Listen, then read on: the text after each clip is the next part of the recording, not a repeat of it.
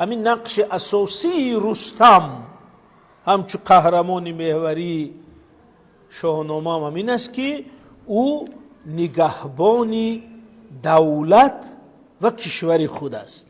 هر وقتی که ایران زمین به خطر می افتد، شاه است، وزیر است، کبیر است، همشون میگه رستم رو باید دعوت کنیم، چون که رستم این نیروی وطنداری است.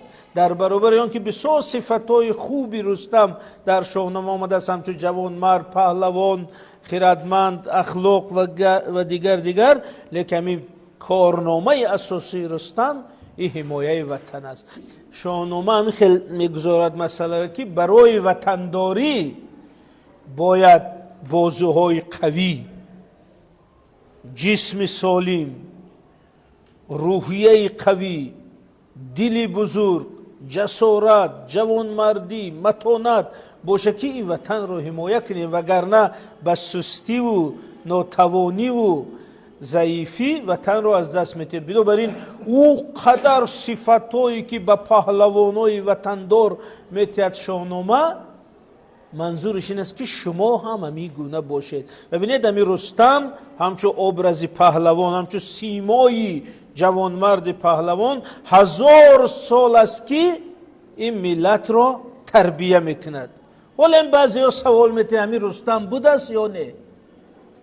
همین رستم وجود داشته است یا نه؟ این سوال یک تکنیکی است، ولی مهم این که رستم 1000 سال است در وجود هر یک تاجیک هست. 1000 سال از شما را ما را تربیه میکند.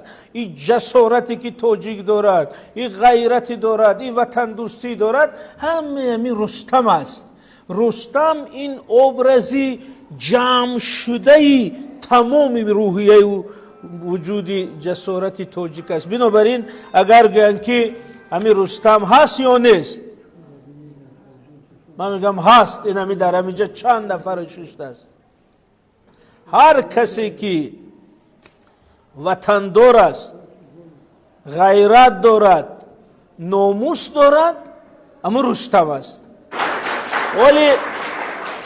ولی همین فردوسی خودش همین خیلی میگه دوستان، میگه که همین فریدون هست یا نیست.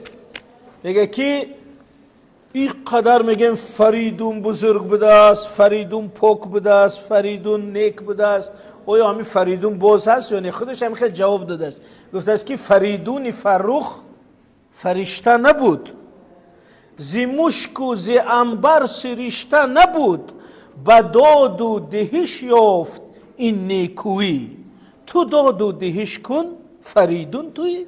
یعنی تو هممو صفتای فریدون داشته باشی، تو هم فریدونی. پس اگر تو جسوری، تو وطنداری، تو جوانمردی، تو با غیرتی، تو عدالت داری، تو هم رستمی. انا برای همین رستم هست یا نیست؟ من میگم رستم هست. در تاز جوانمردی و وطنداری و سربلندی و ناموس زنده است، رستم هست.